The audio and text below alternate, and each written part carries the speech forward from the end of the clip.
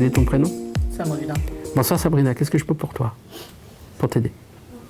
J'aurais Fred, mon concubin, ou ma mère. Fred, c'est Fred. Pouf, t'avais fait une... Hop là, il est arrivé.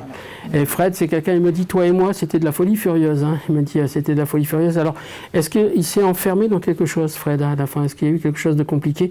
Il me dit, tu avais tout fait pour essayer de l'aider, mais lui, il n'écoutait pas, il en faisait qu'à sa tête. Il me dit, pardon de ce que je t'ai fait subir, parce qu'il n'a pas toujours été correct.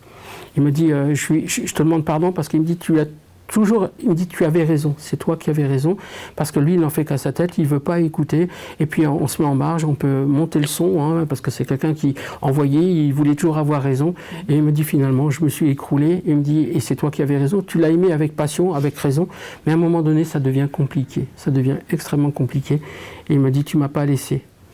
Il me dit, lui, il est parti, il était fatigué. C'est à un moment donné, il me dit, j'aurais dû m'ouvrir, j'aurais dû plus parler, dire les choses.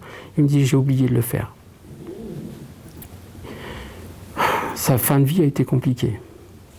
Il me dit, mais tu l'as jamais lâché. Est-ce qu'à un moment donné, il y a eu une séparation ou une distance? Parce qu'il me dit, tu n'avais rien à te reprocher, parce qu'il me dit, c'est ça qu'il fallait faire. Il me dit, j'étais un poison. C'est quelqu'un qui s'était enfermé comme dans des addictions, une forme de dépendance. Il me dit, et c'est ça qui a noyé mon cœur et qui t'a noyé dans notre chagrin. Il me dit, j'ai des problèmes avec l'alcool, ça a été vraiment très très compliqué. Il me dit, je suis allé au bout de ce que je pouvais faire. Il me dit, c'est pas une cirrhose que j'avais, c'était une distillerie, mon foie. Tout à fait ligne.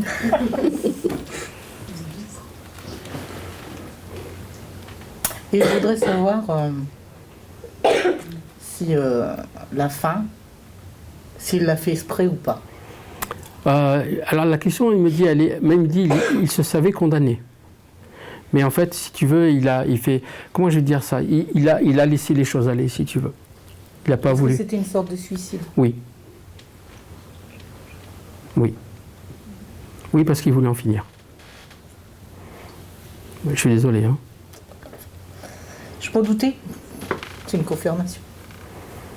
Il me dit à la fin, il s'enferme hein, comme un ours dans sa grotte. Il veut plus voir personne. Il s'isole pour de vrai. Il me dit à partir de là, ça devient le bazar, pour être poli. C'est-à-dire qu'il n'a plus de limite. C'est du sans limite. C'est-à-dire, hop là, on y va. En fait, c'est un suicide programmé. Il n'a pas le courage de se suicider comme on peut le comprendre, mais il va le faire autrement. C'est pour ça qu'il est dans des excès majeurs. Et il ne veut plus rien écouter. Hein. Le docteur, on n'en parle même pas. Hein. Non. C'est pour ça que je te dis, le docteur, on n'en parle même pas. Donc tu ne pouvais rien faire pour l'aider. Il me dit, de toute façon, j'étais tellement toxique qu'il aurait tout fait pour t'entraîner. Toi, tu veux le soulever, mais lui, à chaque fois, il t'entraîne vers le bas. Il me dit, c'est la raison pour laquelle tu as dû partir. Tu ne pouvais pas rester là. Il me dit, je te demande pardon. Il me dit, j'ai enfin retrouvé la raison. Enfin. Parce qu'il... Non. Et il me dit une chose aussi. Il me dit, il n'est pas trop tard pour te dire je t'aime, parce qu'il ne le disait pas. Et il me dit, je te demande pardon pour tout ça. Il me dit il aimait plus sa bouteille qu'autre chose. Il va bien. Merci.